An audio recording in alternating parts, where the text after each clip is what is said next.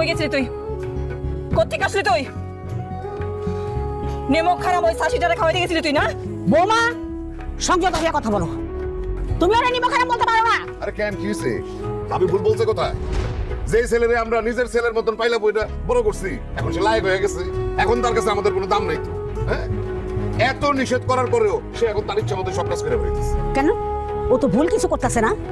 জীবন ডাগর ও কি করবো না করবো সেটাকে তুমি কথা মতো চলতে হইব নাকি? হ্যাঁ, আর তোমরা বড় অনেক বড় আমার কয়টা কথা শুনছো? এটা কি বললা তুমি মা? তোমার কথা মতো আমরা দুই ভাই এখনো আলাদা হই নাই, এখনো আমরা দুই ভাই একসাথে থাকি। আর ও তো ছোটবেলা থেকেই আলাদা।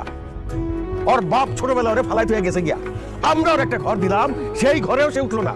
ওই যে একটা কথা আছে না মা, যাযাবরের কোনো ঘর হয় না। জহির, কি তুমি জানো মাইনছে আমাকে বাড়িতে কি কয়? চাষার ঘর কয়, চাষার ঘর।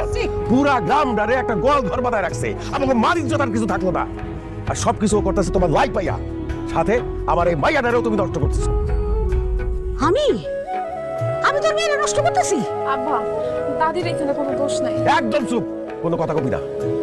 বড় হইছস দেখে গায়ে হাত তুলতে পারতেছি না, নাইলে তোরে ঠ্যাং ভাঙ্গা ঘরের মধ্যে বন্ধ করে রাখা দরকার ছিল। ভাইজান তুমি একদম ঠিক কথা কইছো। হ্যাঁ, শাসন করো, মেরে বেশি করে শাসন করো।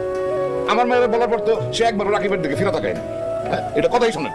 সুমির মা, আমার চোখের সামনে থেকে সরা ওরে, আর ওরে বইলা দাও, ভালো করে বইলা দাও, ওই পোলার সাথে ওই ওই নেলো খারাপের সাথে ও যেন না মিশে, তাইলে আমার মতো রাত কিন্তু আর কেউ হইব না। ভাল লাগতেছে তোর? হ্যাঁ, ভাল লাগতেছে? আমার শান্তিতে থাকতে দিবি না তুই? থাকবি ওইটার সাথে? আসিলের ফাজিল।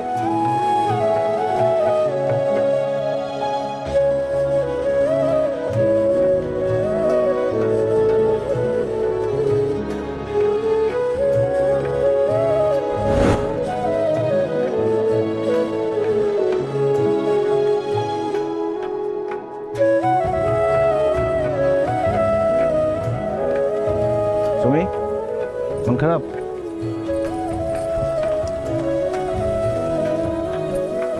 কি হয়েছে? কেউ দেখে নাই আমারে। তুমি এখানে কি করতেছো? তোর মন খারাপ, আমি কি না এসে থাকতে পারি? তারপরেও এত ব্যস্ততায় তুমি থাকো, এত ব্যস্ত মানুষ, তুমি আসবা সেটা আমি চিন্তা করি নাই।